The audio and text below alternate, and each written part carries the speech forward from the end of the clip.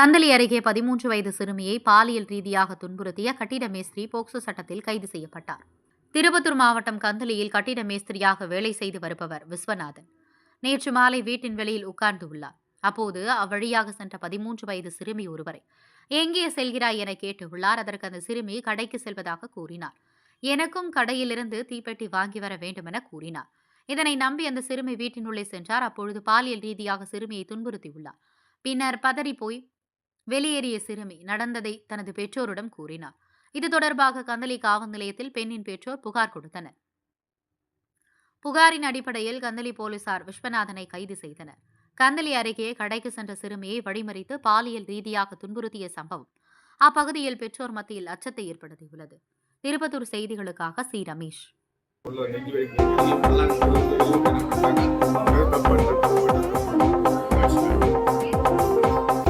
என்ன நடந்து என்ன ஊர் நீங்க? அந்த பொண்ணு என்ன படிக்குதுங்களா?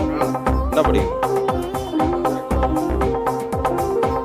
ஓரளவு கிட்டத்தட்ட வயசு பொண்ணா?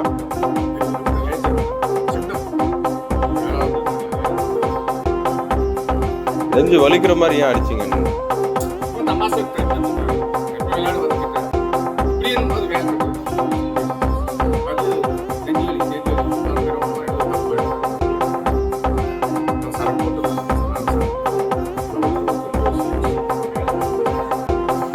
சரக்கு தான் பண்ண வேலை.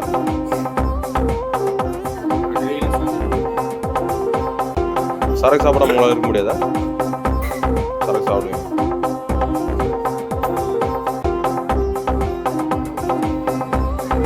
இப்போ நீங்க ஜெயிலுக்கு போயிட்டு எப்படி சாப்பிடுவீங்க சரக்கு?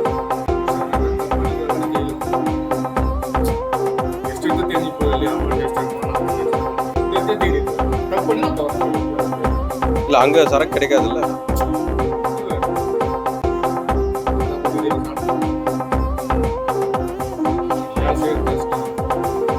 என்ன வேலை பார்க்குறீங்க? கொத்தரா? எத்தனை பசங்க உங்களுக்கு? என்ன அவங்களாம் என்ன பண்ணுறாங்க?